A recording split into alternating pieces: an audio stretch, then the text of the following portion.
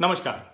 तीसरे चरण के मतदान 23 अप्रैल को होने हैं और उसमें देश भर की सीटों पर लोकसभा सीटों के लिए चुनाव होगा, लेकिन मैं खास करके उत्तर प्रदेश की बात कर रहा हूं। और चूंकि मैंने आपसे कहा कि सभी 80 लोकसभा सीटों के बारे में आपसे चर्चा करूंगा, बात करूंगा, और चूंकि मेरी खुद की दिलचस्पी रही है इलाहाबाद विश्वविद्यालय में छात्र राजनीति से लेकर फिर पत्रकारिता और अभी राजनीतिक विश्लेषक के तौर पर अपनी समझ थोड़ी बनाते हुए, तो मैंने कहा कि उसको आपसे भी साझा करूंगा।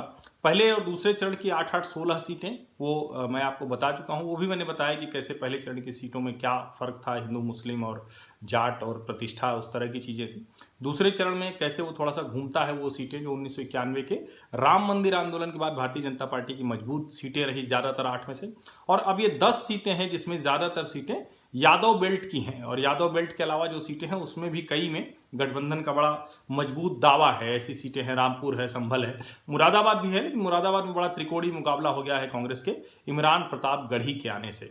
अब मैं बात करने जा रहा हूं बरेली सीट की। तो जैसे संभल शफीकुर रहमान बर्क, जैसे रामपुर आजम खान, जैसे तो उसी तरह से बरेली सीट की अगर बात करें तो संतोष गंगवार का नाम आता है। संतोष गंगवार यहाँ जब पहली बार 9वीं लोकसभा में जीत कर पहुंचे थे 1989 में, तो उसके बाद लगातार वो जीतते रहे। और इसी से आप अंदाजा लगा सकते हैं कि इस सीट पर उनकी ताकत कितनी ज़्यादा है। और 2009 में इस सिलसिले को तोड़ा प्रवीण सिंह ऐरन ने कांग्रेस के, क्योंकि 2009 ही था जिसमें 21 सीटें, लोकसभा की सीटें कांग्रेस जीत गई थी, और उसी आधार पर वो दम भरती है कि 2019 में हम कुछ बेहतर प्रदर्शन करेंगे।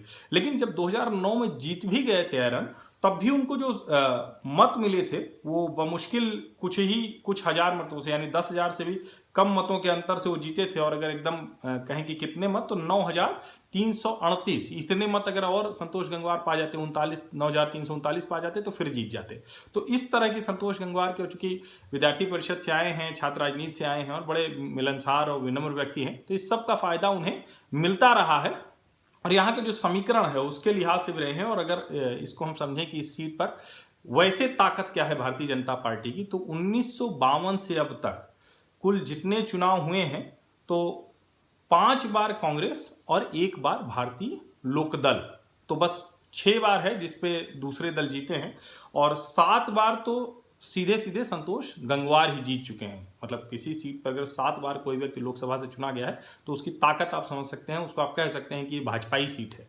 और 2 बार उसके पहले भी भारतीय जनसंघ जीत चुका है, 1962 और 67 में। मतलब क्योंकि इसको ऐसे समझिए कि तीसरे और चौथे आम चुनाव में ही अगर जनसंघ यहाँ जीत गया, तो कितना मजबूत गढ़ ये कहा जा सकता है, जो राष्ट्रवादी पार्टी, या जिसको दक्षिण कहा जाता है कि दक्षिणपंथी, हालांकि दक्षिणपंथ जैसा कुछ होता नहीं है, लेकिन जिसको कहा जाता है कि वामपंथ के जो एक विपरीत विचारधारा है, तो उसमें हम लोग कह देते हैं, दक्षिणपंथ शब्द का इस्तेमाल करते हैं। तो ये ताकत है। और अगर हम बात करें 2014 के लोकसभा चुनाव की, तो संतोष गंगवार जो जीते थे वो 2.5 लाख मतों के अंतर से जीते थे। उनका जो यहाँ कुल मत पड़े थे वो 61% से ज़्यादा थे, और कुल पड़े 10,17,000 से ज़्यादा मतों में से करीब 51%, 5,18,000 से ज़्यादा अकेले गंगवार साहब के हिस्से में चले गए थे। और दूसरे स्थान पर 2014 में रही थी आयशा इस्लाम, ये समाजवादी पार्टी की प्रत्याशी थी, इनको 2.25 लाख से कुछ ज़्यादा मिले थे। और तीसरे स्थान पर रहे थे उमेश गौतम, जो बहुजन समाज पार्टी के थे, जिनको 1 लाख से कुछ ज़्यादा मिले हुए थे।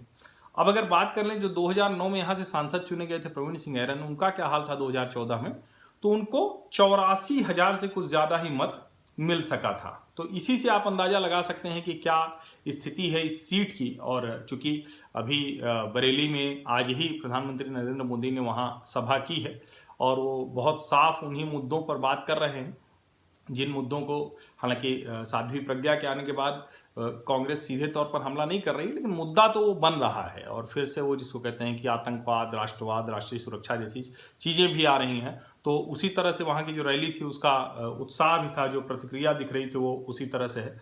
और चूंकि गंगवार की अपनी बहुत मजबूत रही है सीट, ये यहाँ पर वैश्य, दलित और मुस्लिम अगर हम कहें तो निर्णायक स्थिति के लोग हैं। गंगवार वो खुद हैं तो उनकी जाति के लोग बहुत हैं। और एक जो कहें कि आप कैसे देखेंगे कि 2017 में क्या हुआ था, तो 2017 में भी भारतीय जनता पार्टी को ज़बरदस्त सफलता मिली थी।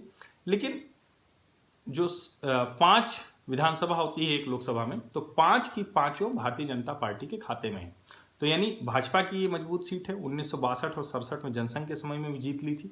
संतोष गंगवार का खुद का अपना बहुत बड़ा प्रभाव है। 7 बार वो यहाँ से सांसद चुने जा चुके हैं, और मतलब 6 बार लगातार, एक बार छोड़ के फिर 7 बार हो गया।